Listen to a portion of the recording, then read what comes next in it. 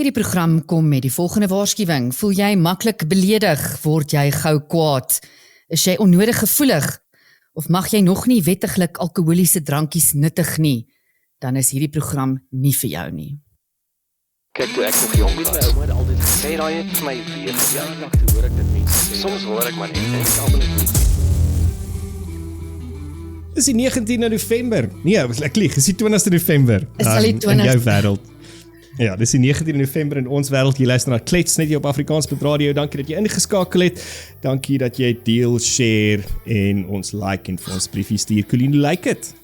Nee, Matthys, dit lyk lekker. Jy weet, dit is maar moeilik hierdie tyd van jaar, jy weet hoe gaan dit, maar kan altyd kakker gaan. Ten minste sit ons nie vas in 'n myn ergens en jy weet, ons is daarmee ook demokraties in Amerika nie. Ons is een van daai wat ons hare moet afskeer tans en seks afsweer en ons is nie woke nie. Ons is so aan nie. So ja, dit kan maar altyd kakker gaan, hè? So it's not too bad. Hoe lyk dit op jou front, my vriend?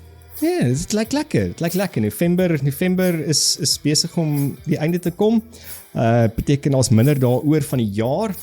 Binnekort gaan ons op vakansie. So ons gaan vir so rukkie van die lug af wees, ek en jy.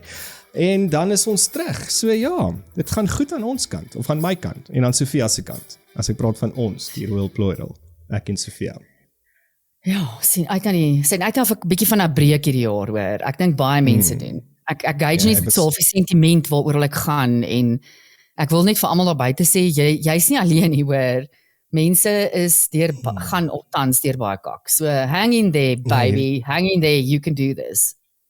Hierdie jaar is hard en aanhoudend. Ek het nou eendag geluister na goeters wat Catherine, die astrologer met wie ons gepraat het gewyle terug, elke nou en dan vir my stuur updates. En ja, it's rough. The stars are against us in this year, this part of the year. Maar ons is sterk babas. Ons is nie bang nie. My ma het nie bankkinders groot gemaak nie.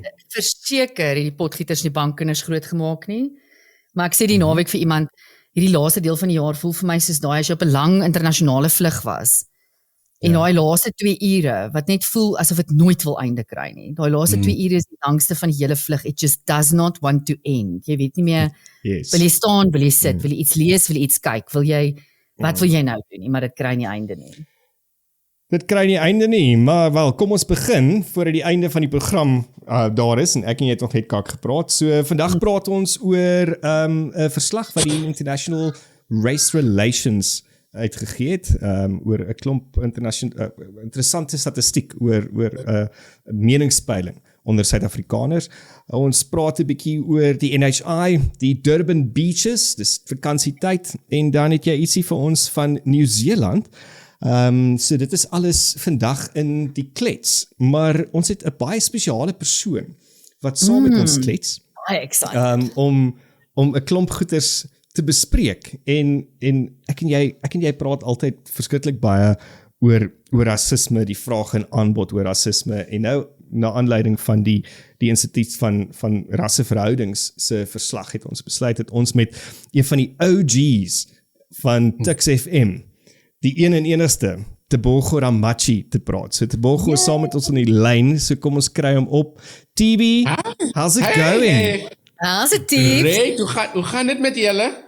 Gaan goed lekker, en met jou? Ek kan steeds 'n bietjie Afrikaans praat, maar ja, jy weet. Jy praat die taal.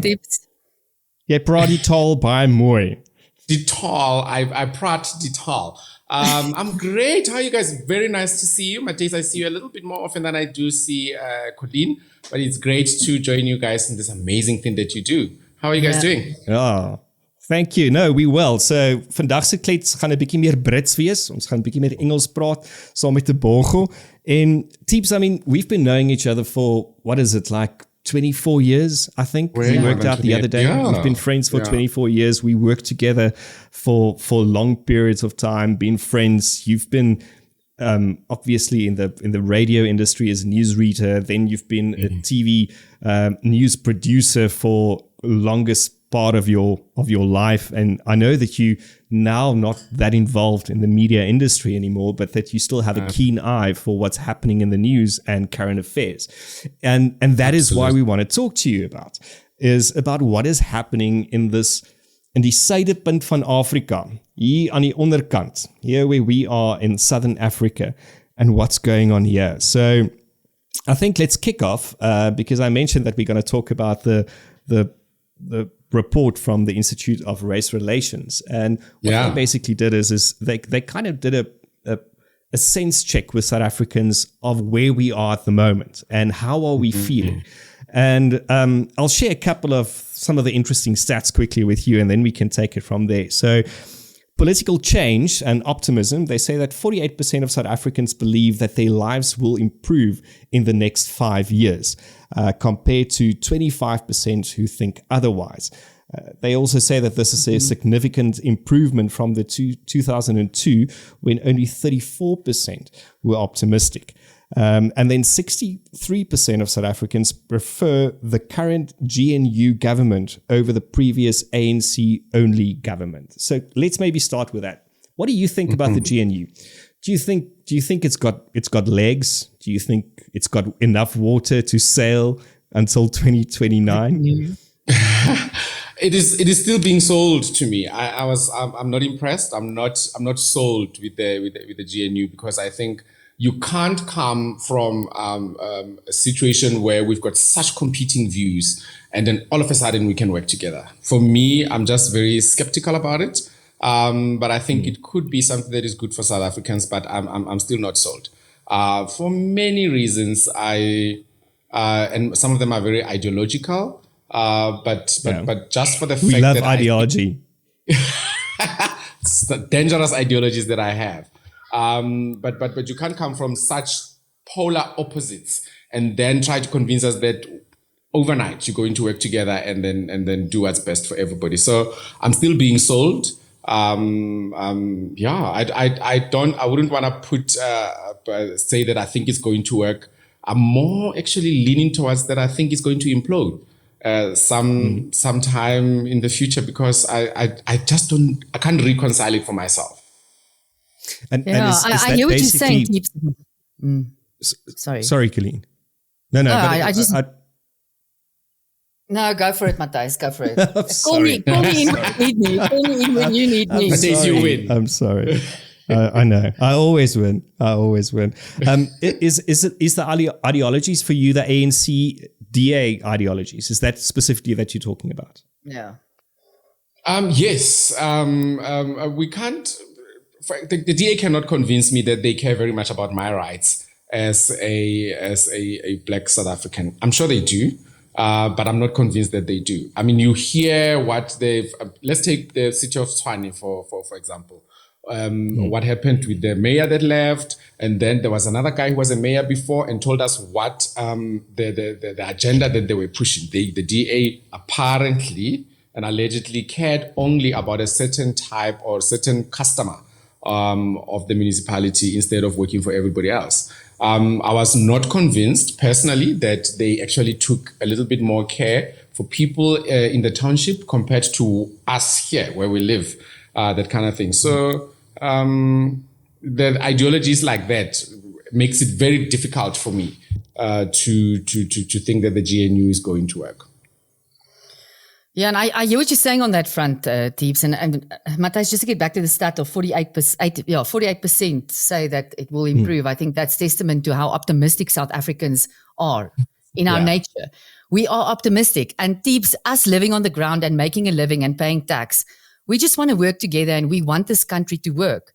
Yeah. And you say you're not convinced that the DA has your interests at heart as a Black South African. And I want to make the statement to say that I'm not convinced that the ANC has my interest as a South African or any other South African. Doesn't matter what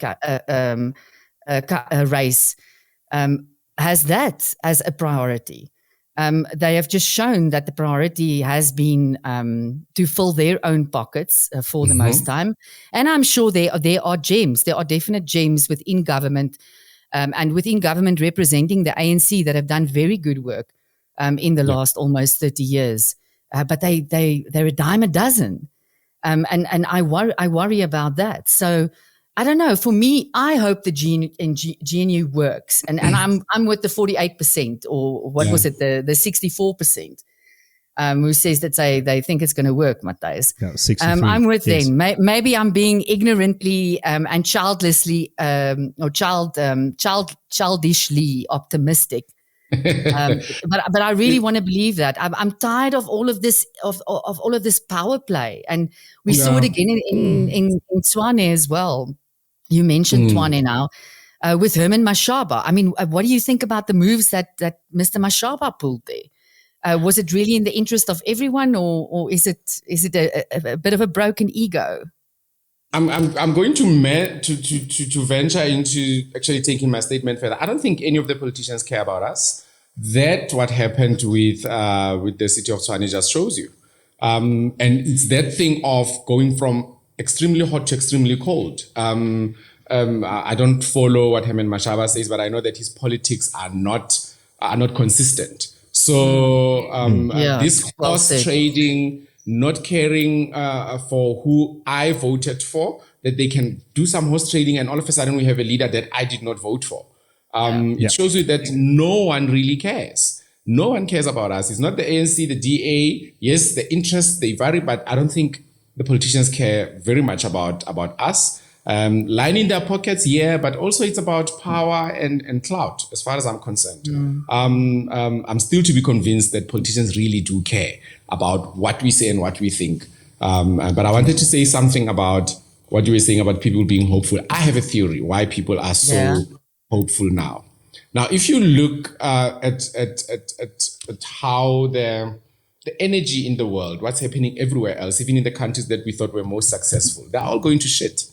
So are you now going to think of you can now leave South Africa and then go make a life in the UK, for example? Look at them. They are the most dysfunctional government ever. Like, I think 20 years ago, everybody would say, I will then move to the UK.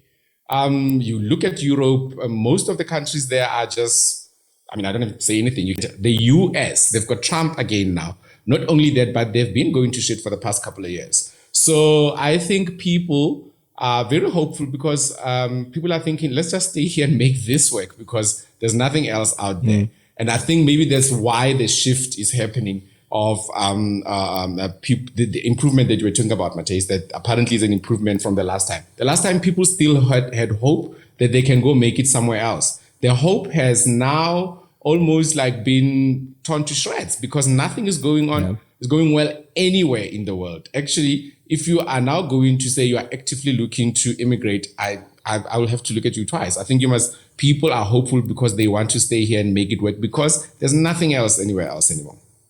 And I think we know what's going on here. We understand. Ons ken so al die moeilikheid. Better the devil you know. Yeah. I think that's what it is. But I mean, like, I shouldn't be taken as if I'm not hopeful about South Africa. I love this country. I just feel that, I'm not convinced. One thing that was interesting for me as well, looking at this, and I mean, I think let's take the three of us back 20 years ago, where we met. We met what a good time! We were young. Yeah. What is that saying? Young, dumb, and full of cum. That's basically where we were. And we will have to post that photo of you and me in Tebogo 20 years ago with this podcast. I have we'll do that. Two of them. Like, I'll send them to you. Okay, send it. We'll post it. But I mean that was 2000s. That was a couple of years after the new democracy of South Africa, the dawn of democracy. We were integrated into a university, and we all just got along, basically. I also think that it was maybe because we were all part of TuksFM and we had this little clicky thing going on, but overall we all got along, and racism wasn't an issue for me on any daily basis. And what is interesting for me looking back, and as I grow older and looking now 24 years past, it kind of feels to me that racism is back and rife again and really alive, and almost like it was maybe in the 80s. And I know that you're just a tad older than what we are. So you basically lived through longer of apartheid because You're aging me like this. Okay, It's I'm looking sorry. so fabulous. Thank you very much. Fabulous. But Yeah. I mean, I was too young at that stage in 1994 to really understand what's going on. Also too young to say that I had a part in it. I didn't play a part politically. I was just a young boy running around doing shit that boys do. But I basically, in my opinion, I grew up in a democratic South Africa. So for me, it is very difficult to see color and to understand racism in the context of what we see it sometimes play out in the media. And the stats that they have on the survey is that 53% of South Africans believe race relations has improved since 1994. 63 have not personally experienced racism in the last 5 years. 87% agree that different races need each other for progress and equal opportunities. 75% believe that better education and job creation will eliminate inequality between races. And 67% agrees that discussions about racism and colonialism are often excuses used by politicians to mask their failures. So my question to you is, I'm white. I'm a white male, so immediately by default, I'm a racist in most situations. You are a black male. And how do you see racism in South Africa? Do you think it is still alive and well? Or do you agree that 67% of the population that say that the politicians uses racism as their cards? I take it a little bit more academic, and let's just, for lack of a better word. And I like how they say the words there. I think the first thing that you said is they said race relations are improving, which I think is true. Yeah. And I think race relations have improved a long time ago, and hence we have not had a civil war. Hence we have not had black people and white people just stabbing each other on the streets. But the politicians would not want us to believe this. They wouldn't. So they would do scaremongering to say, we've been told, if you vote for the white people, apartheid will come back. And some people would believe that. But race relations, as far as I'm concerned, and where I live, and in the circles that I move in, I think it has greatly improved. But then when you're talking about racism, I don't think racism is going to be eliminated anytime soon, because you do have people who are racist. They can be black or they can be white. And you can never influence people's characters to say, don't be a racist. That's what they are. They're racist, and that's it. But I do believe that race relations in South Africa have improved. I believe that racism is alive and well, but it lives in very small little enclaves anywhere else, because it's not like during the apartheid years for me.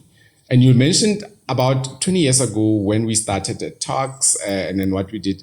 I don't think racists appreciated what we were doing, and they were there. But we were very intentional about the kind of South Africa that we wanted to live in and wanted to build, and we bought into the whole vision of South Africa. So I know it's a long-winded question, but I think racism will always be there because racists will always exist. But race relations in South Africa, as far as I'm concerned, where I'm sitting, they have improved, and I agree with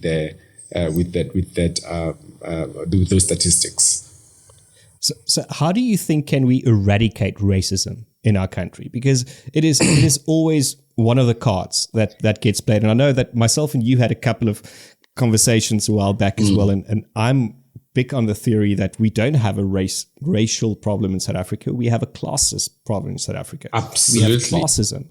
We don't have racism. But racism is the easy card to play because it's kind of the label of apartheid and the label of South Africa. It gives us the international standing because we come from apartheid and Nelson Mandela. So that's I think why in a lot of racism situations is still it's the alive. lazy card to play. Not always, but in a lot of situations it's the lazy card. it's because I'm black thing, like, you know, you're doing this to me because I'm black, and that's the lazy thing. And also, like, politicians are the ones who would say, this is the legacy of apartheid, even to people who are just being lazy for not doing things. But I think, and this is a very important thing that people need to, if there's inequality, and that's the big question that we need to ask, inequality will lead to a situation where racist-like things will manifest.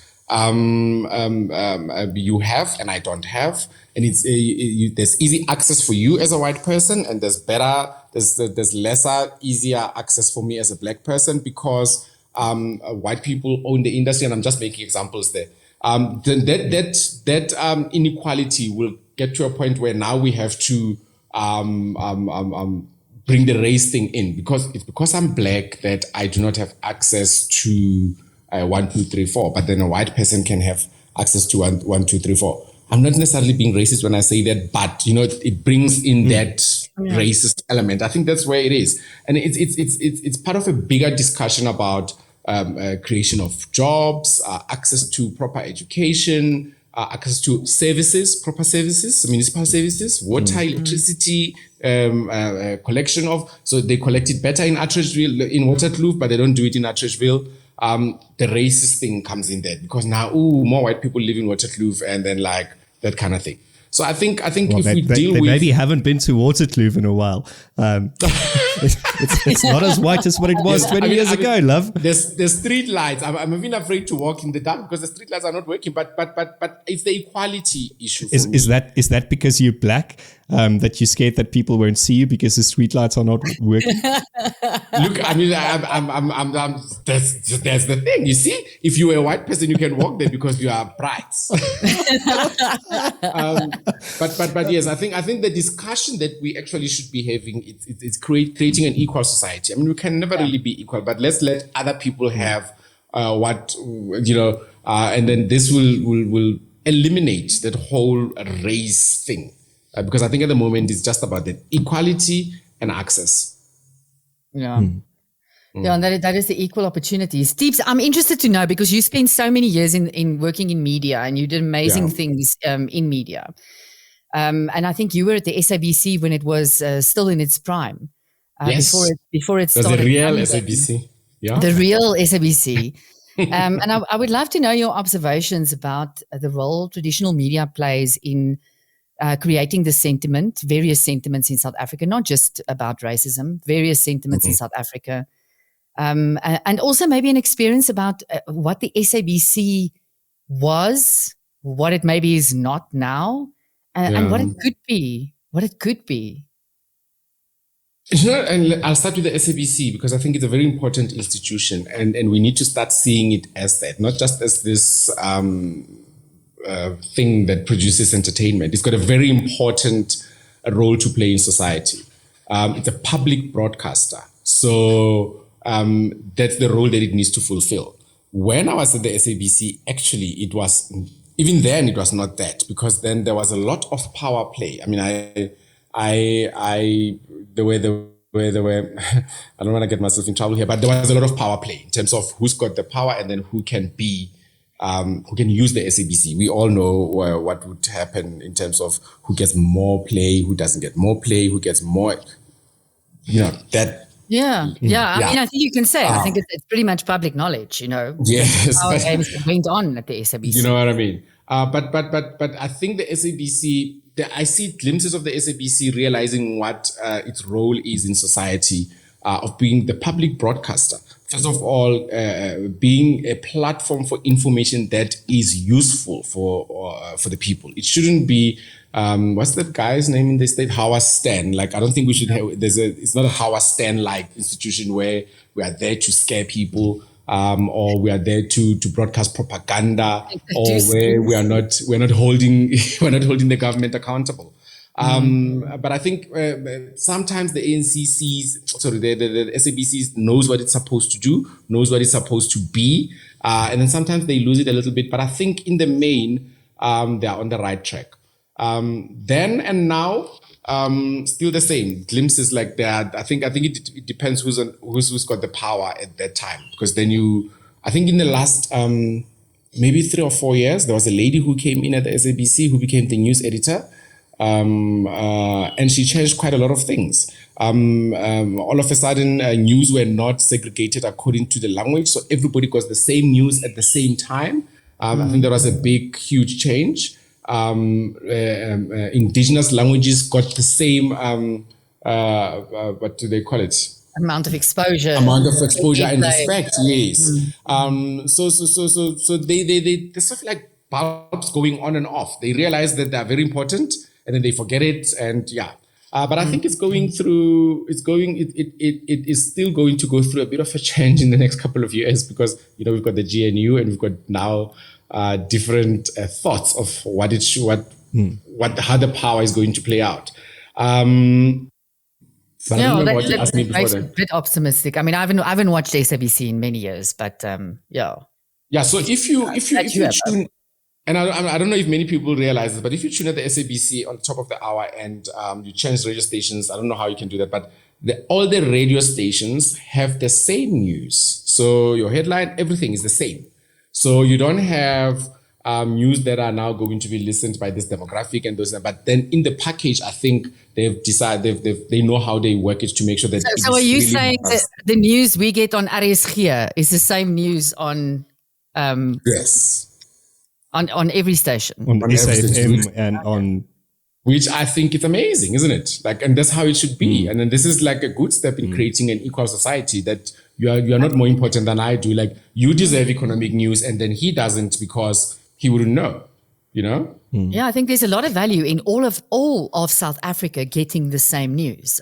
It is. And it's a simple thing, equality, that I was talking about earlier, Yeah, and I also think like in South Africa, and it's not only with the SABC, it's just us as a country. We tend to downplay, and maybe this is now the role of traditional media that you asked me about. We tend to downplay all the positives that we have. I'm not saying we should all be listening to kumbaya stories like, oh, this is what's happening, but there's a lot to celebrate in South Africa.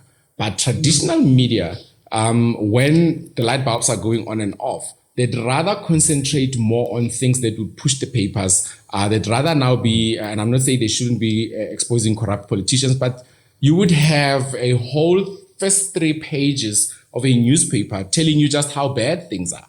If you listen to some of the other radio stations, there's a radio station that I don't want to mention, but a couple of people have told me that they don't listen to it in the morning because all that they do there is just tell you how South Africa is doomed. They would never have a story in the first maybe hour where they're telling you how good we're doing. They will just go and find the worst things about the politicians, the worst things about service delivery. And then when you get to work, you are so depressed that you think that South Africa is going to the dogs. Yeah, I think there's a lot to be said for balance. And just one question, Deeps, on that everyone is now getting the same news content. Yeah. The only thing that worries me is who is in charge of deciding what that news content is. That's the thing, you see, like that. And hence I said, like, it's still going to move and change a bit because now it's about who's got the power.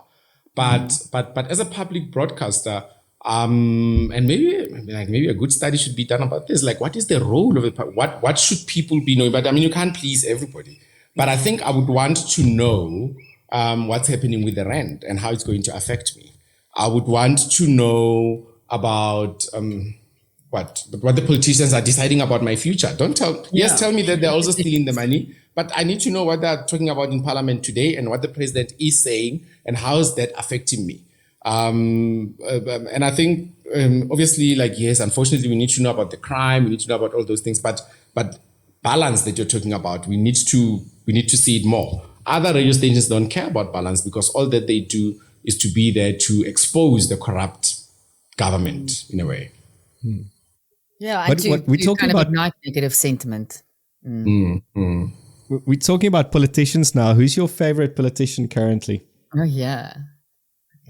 You know, and this is going to be very strange because Helen Zille is my favorite politician. Oh my God. What? And I'll tell you why. Because thank goodness my seat is steady here. I never thought I would hear those words out of your mouth.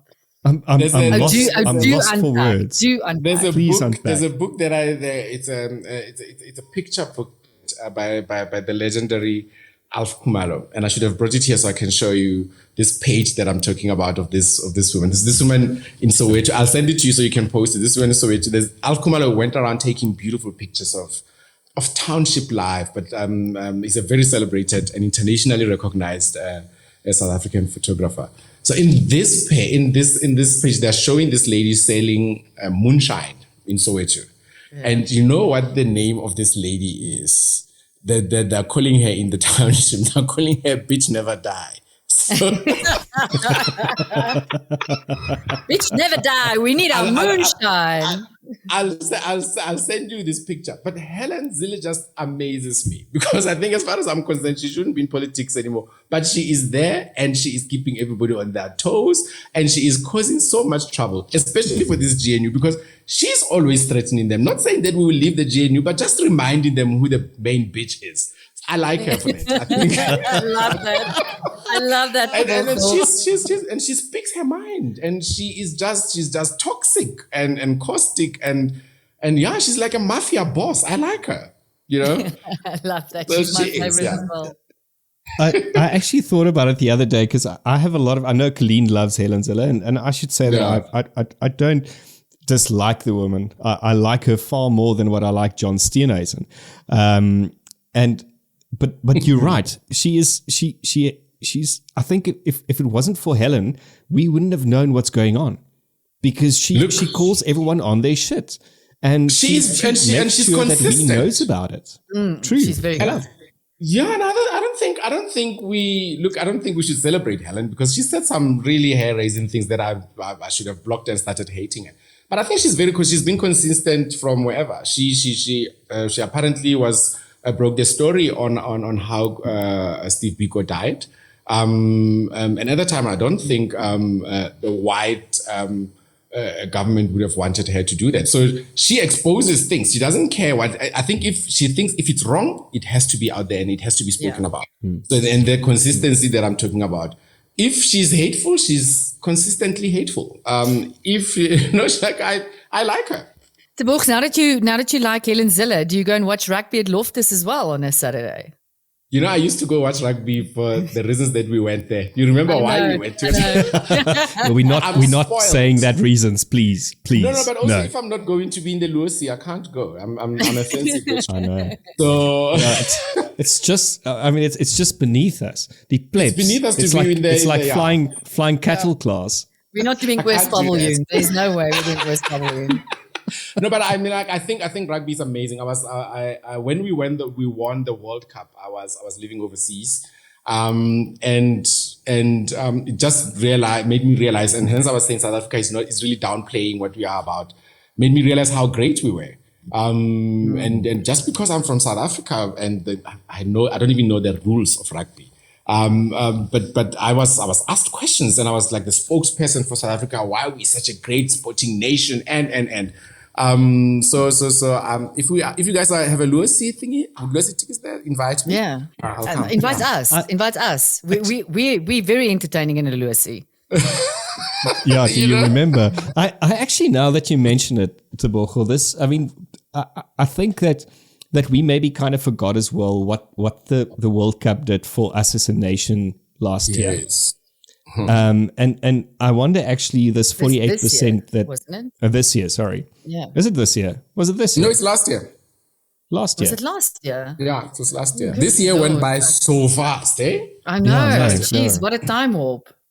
But I wonder actually how much of this 48%, the percentage of people say that they have a better feel positive of South Africa, like optimism. Yeah. How much is that's got to do with the rugby and that moment and the sport that we have. I mean, we have beautiful sport moments in South Africa. Absolutely. And although Gayton is loving every moment. I should say that I'm a bit of a fan of Gayton.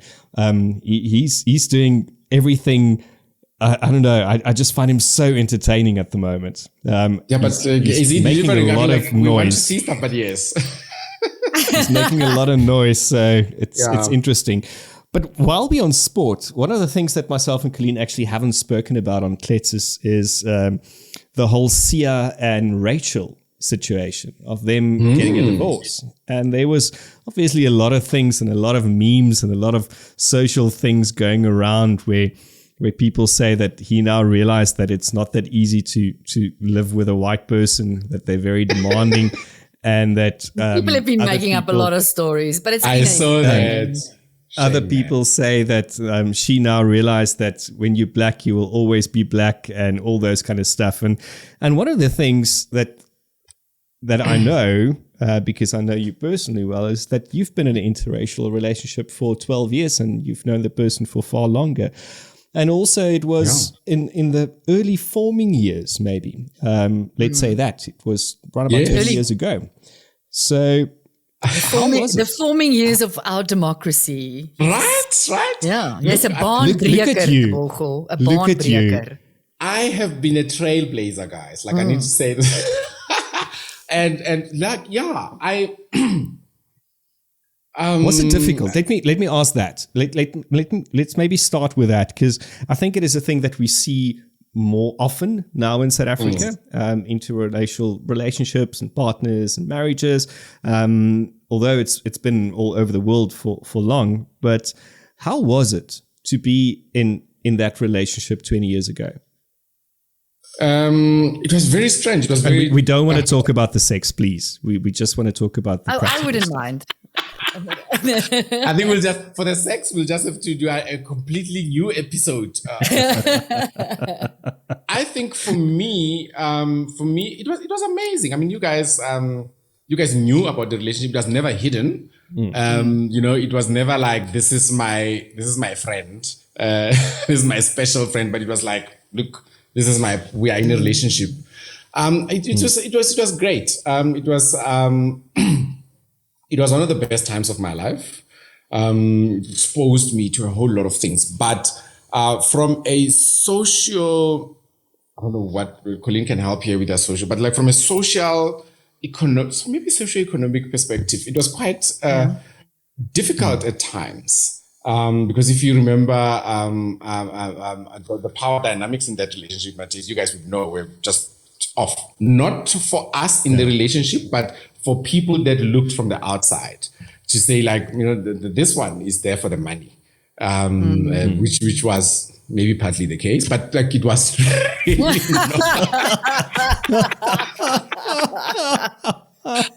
But I mean, like, why must I act like there was no money? You always enjoyed luxury. Thank you. I mean, look at me. None of us want to date anyone that's economically less fortunate. I don't want to date anyone economically less fortunate than myself. Absolutely. But people would have you believe that if you are dating somebody who's got much more resources than you, somebody there should be after the money. And it was really not the case. But I mean, I think what the most difficult part for me was in the formative years of the relationship, when I constantly had to prove myself that this person did not make a mistake, not to the person, but to people around. Like, what are you doing? Like, what are you doing with a black person? Because they had a different notion of what a black person is. And then you present yourself as this. You feel the need that you have to keep proving that you are worthy and wanting the acceptance. And it take a long time for me to realize that I don't owe these people any explanations. I'm in a loving relationship, supportive relationship, and I don't need to prove it to anybody else. So in the beginning, it was a bit iffy there with families, with people, because as people, we are social people, and then you have to go and meet people. But most of the time, you can just hear even the questions, and then you get those. No, I can see why you are with this person, because for a black person they speak so well. and then when you are at dinner, like they feel like very much at dinners or social. I think they feel very. They have to tell you that most of their friends are black, and then just so so it was difficult in the beginning, but it became a wonderful one. You guys know, you've experienced for many years you were my token black friend, hey? Right? I could brag with you at a party. I also have a black friend. He's called Tebogo. Yeah. And Teebs, you now spoke about families, and it's basically that it was difficult for you that the white part of the relationship struggled. But how did your family find it? That there's now suddenly this white person coming to all the black functions and the funerals and the traditional stuff. How did they experience it? Yeah, it was interesting. It was interesting because now I'm taking now this person to the township, right?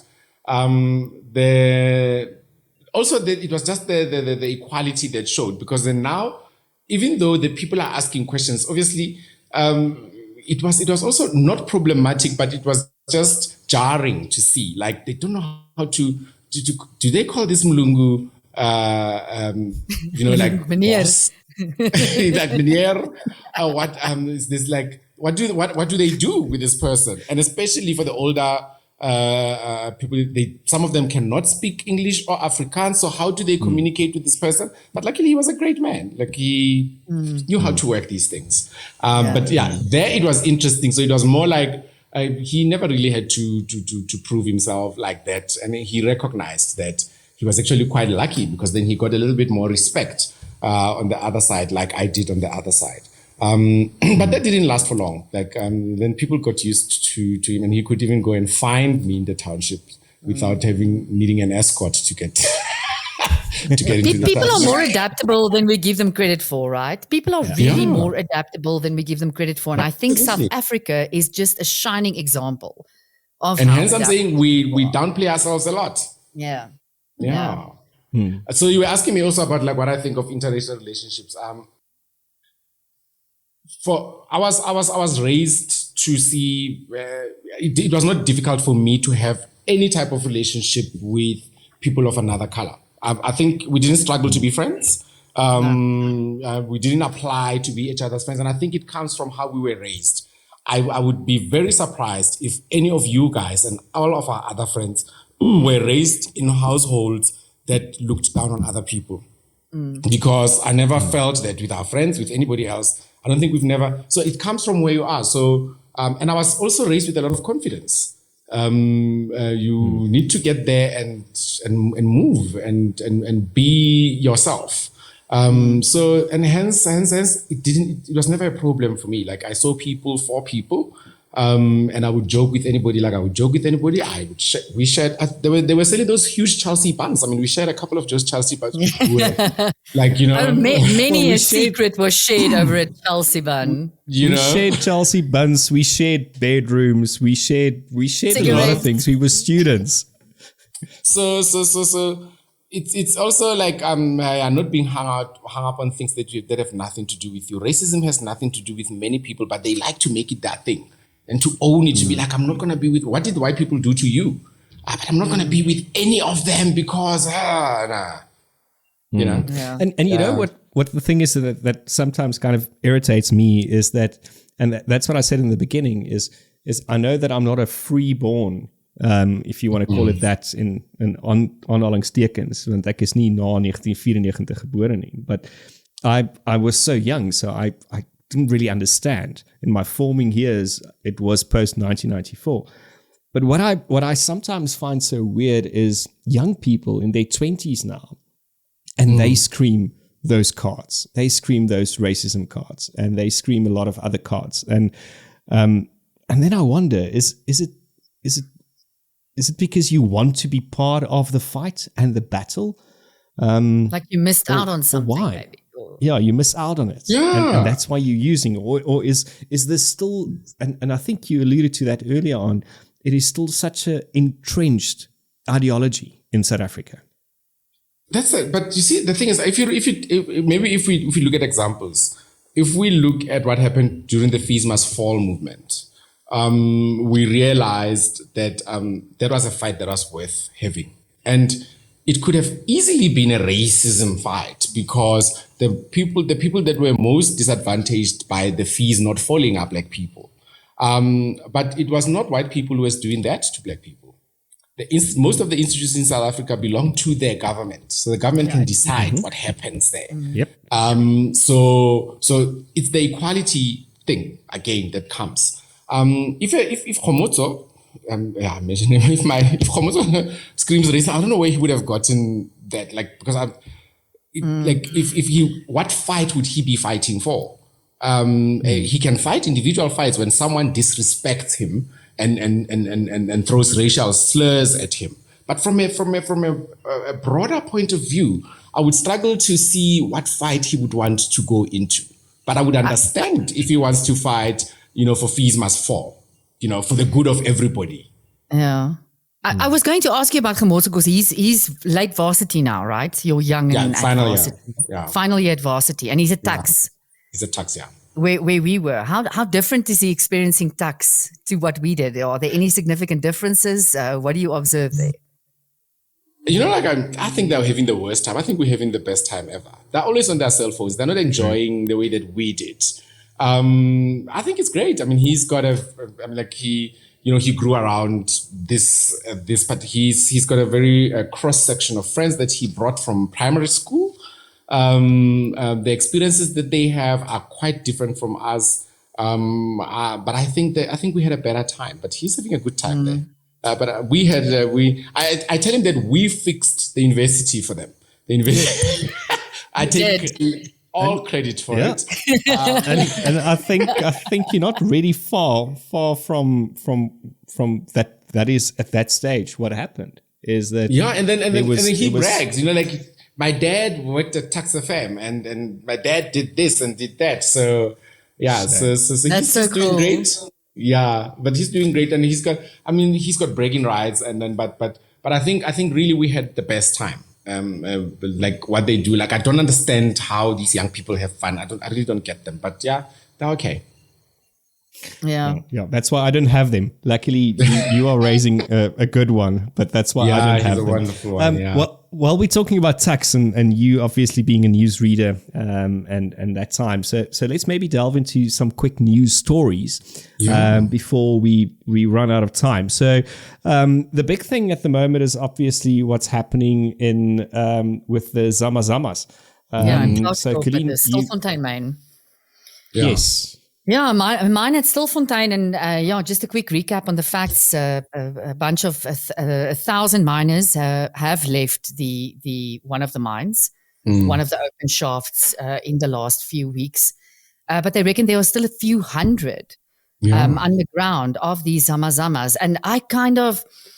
From government's perspective, they're not giving them any resources. I kind of find myself between a rock and a hard place, forming some kind of opinion about this.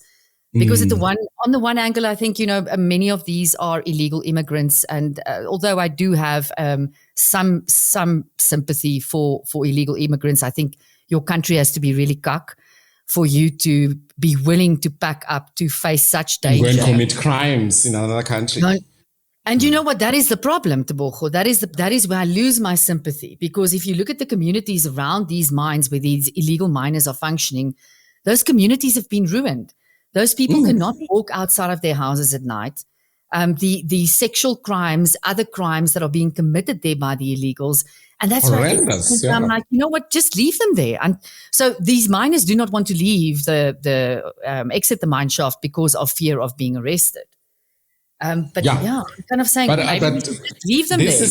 It's making international news, this story, and I just cringe when I saw on Sky News. I watch a lot of Sky News. They were talking about how the South African government is the way they phrase the story is that South African government has barricaded these miners in this shaft, and they refuse to take them resources. But this takes us back to how great our country is. I don't know if you know that over the weekend there was an NGO that approached the courts, and the government was basically ordered to give those guys resources, to send them food, and to open the mine shafts and send rescue teams down there. And I think it was yesterday they sent up a letter requesting ARVs because some of them have been in there for the longest time and they feel that they're going to be defaulting from that treatment. And guess what? We are sending down ARVs for them. But I think this just shows you that if it was any other country, maybe on the continent, they wouldn't have cared. I mean, they would have just gone there and killed them or whatever, smoked them out like the way that was being used. But we we go according to the rule of the law. The court said we must go and help them, and we are going to help them.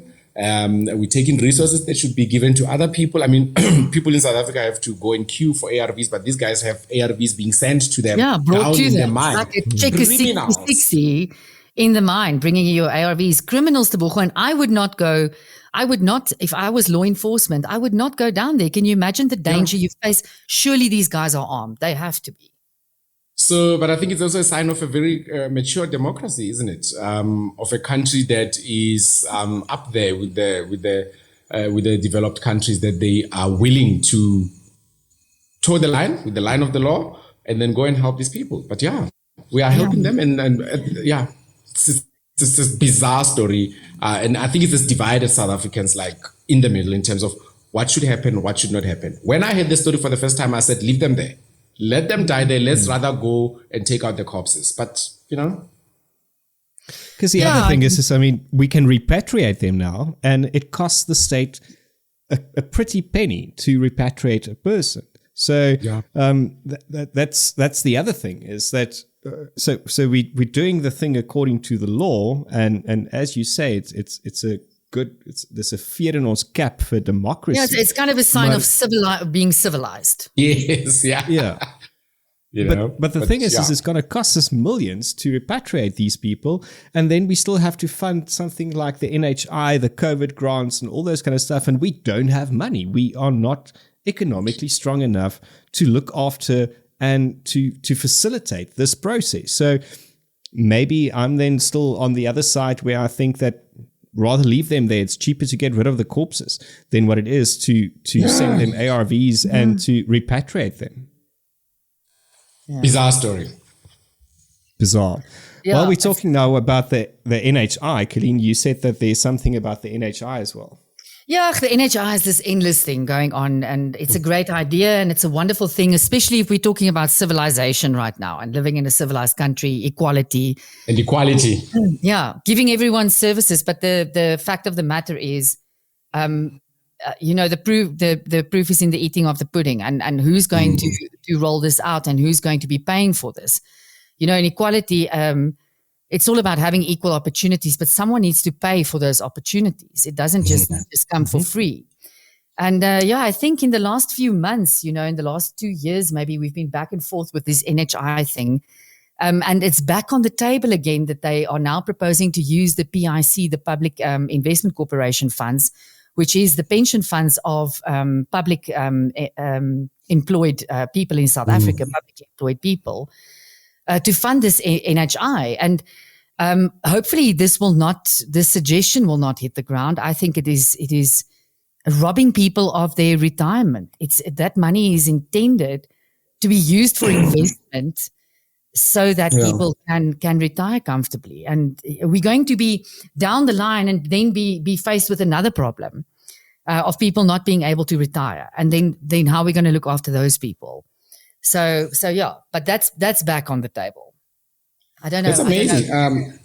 I think it's a good idea, actually. Like, and then if we're going to look at it literally, it's that like they're going to take I work for the government, so they're going to take my pension and then go and fund the NHI. But if the investment is done properly, there's no reason why the returns of that investment should be used to unless we are saying that. How are you going to make returns on investment on the NHI? How is it going to grow there?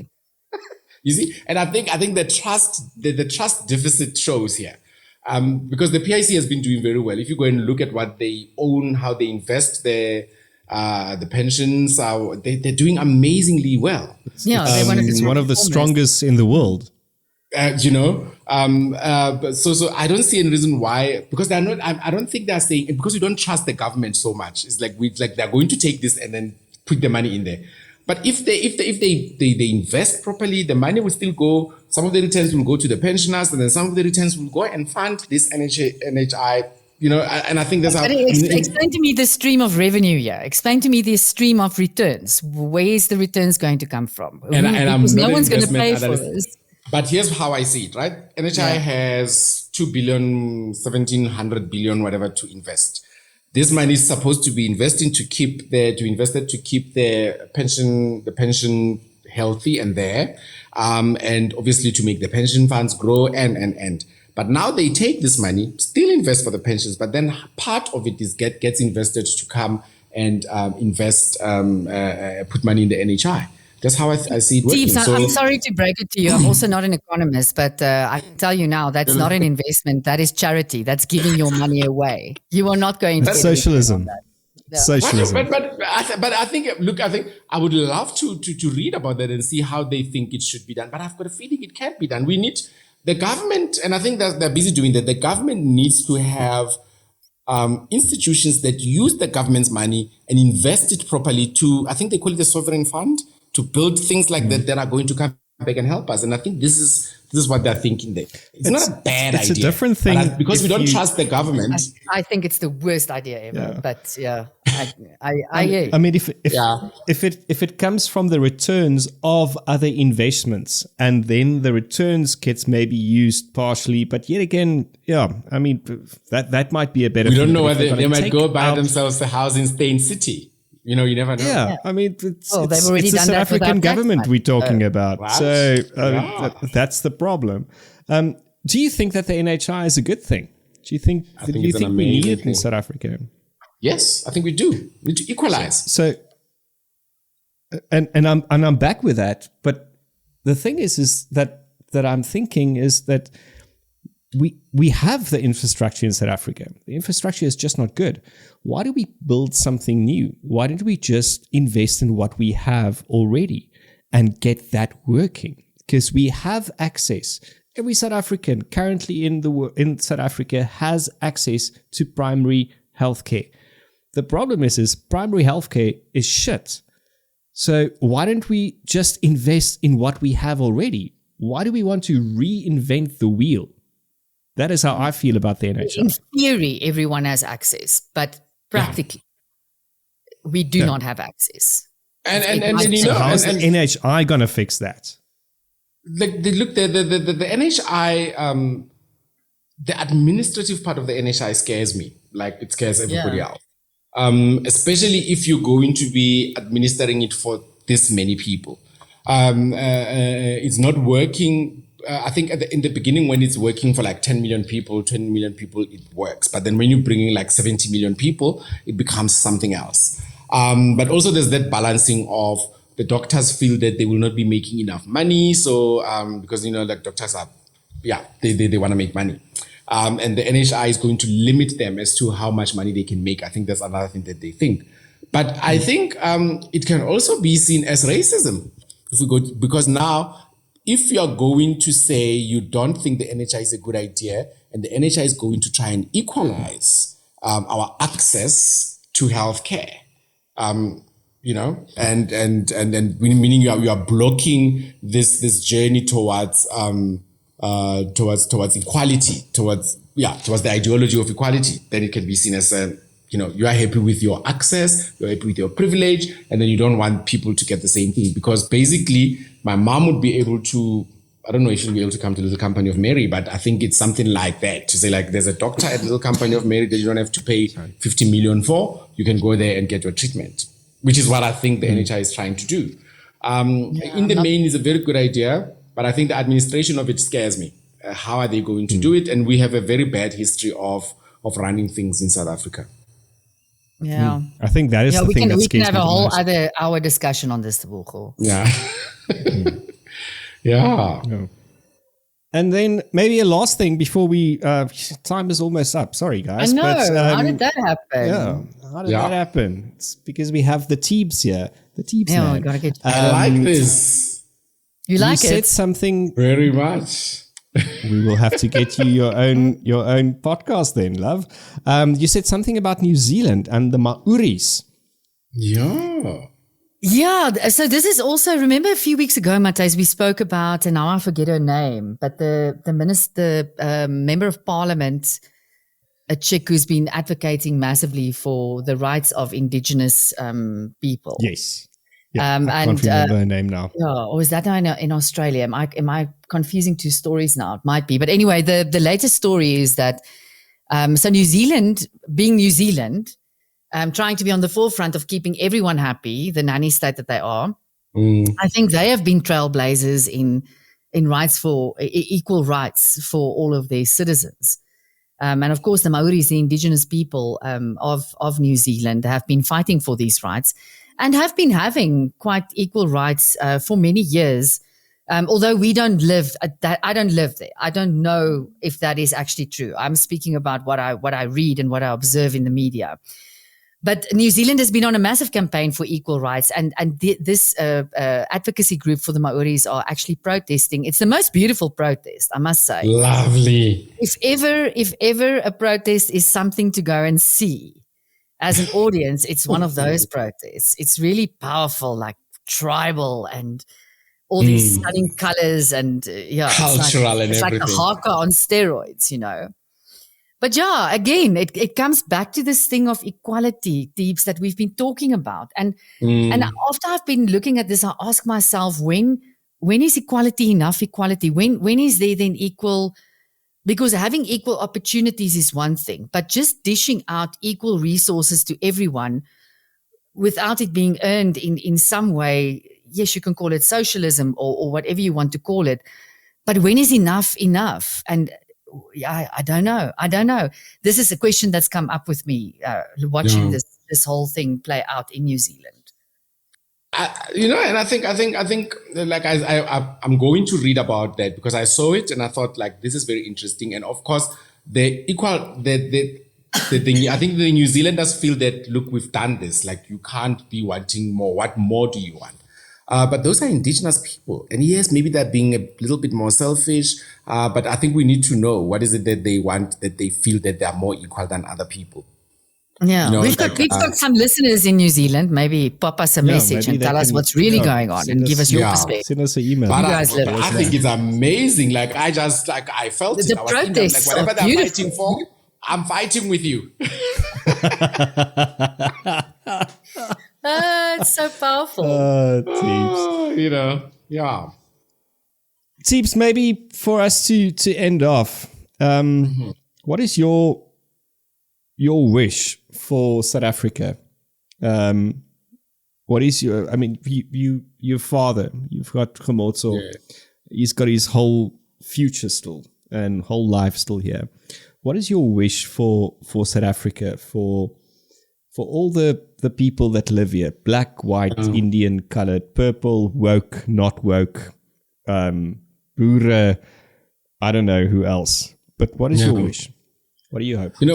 My wish is for everybody to somehow be able to participate in the economic landscape, like either by getting a job, being able to start a business, just for people to not go to bed hungry.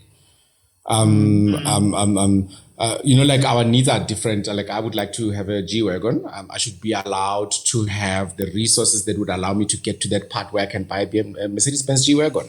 If that person's wish is to get a job and be able to just build a 2-roomed house at the back, can they be able to do that? That's my wish. Can people be able to have to make a living? Because I think once we get that right, everything. Yeah, I agree. That's my wish for South Africa. Actually, interesting that you say that. It says here that 83% of the people say that government should focus on job creation rather than social grants. 63% of the respondents say that the best way to create jobs is by removing barriers to economical growth and enabling businesses to generate employment. And that's the thing. We need to become economically active, but we also need to become economically equal. You've said it so beautifully, in what is important for you and what your dream is. Because our dreams are different. Very different. Like I said, I would like to have a G-Wagon. So make it possible for me to earn 5 million rand without feeling guilty about it. Well, if you work hard for it, you won't feel guilty about it, Tebogo. No, but if the other guy has the money. Well, actually, why did you say that now? That is such a black thing to say. You know that. What did I do? Making 5 million and don't feel guilty about it. I mean, really? Give me 5 million and I don't want to feel guilty about it. No, but I think now if I'm going to be driving into Atteridgeville with my G-Wagon and then I've got people that have no employment, there is no hope for them. Like, I'd feel bad. Let's get them working. Let's get them so I can drive in there and they'll be like, if you got 5 million, you buy your G-Wagon, you buy a small little i10. You go home or you go into the township with your i10. But you know I'm a show off, so that won't. I know. Guys, okay, ons tyd is weer op. Dit was moeë lekker geweest om Tebogo om jou saam met ons te hê. Baie dankie that you spoke robustly about these things. When we thought about discussing this, because this racism thing is a topic that pops up every now and then on the KLETS program. And you are the best person to have, because we have such a long relationship and we know you and you know us. En jy weet ons hou actually van jou, al is jy swart. Ek hou baie van julle, my mense. Love you, dude. So baie dankie. Your listeners are not going to be angry that I haven't had training. Maybe I should go back into interracialness so that I can learn my Afrikaans properly. But ons moet net 'n bietjie meer kuier, Tebogo. Ek wag vir ons moet 'n bietjie wyn drink en klets, hè? Ja, praat 'n bietjie kak in Afrikaans. Yeah, Okay. So dit was dan nou KLETS. Baie dankie dat jy geluister het. Ons waardeer dit, TB. Dankie dat jy saam met ons gekuier het. Volgende week is ons terug met nog 'n KLETS. Kyk mooi jouself soet wees. Cheers. Kyk, toe ek nog jong was, my ouma het altyd gesê, raai het vir my weer verjaardag, toe hoor ek dit mense. Soms hoor ek maar net, almal net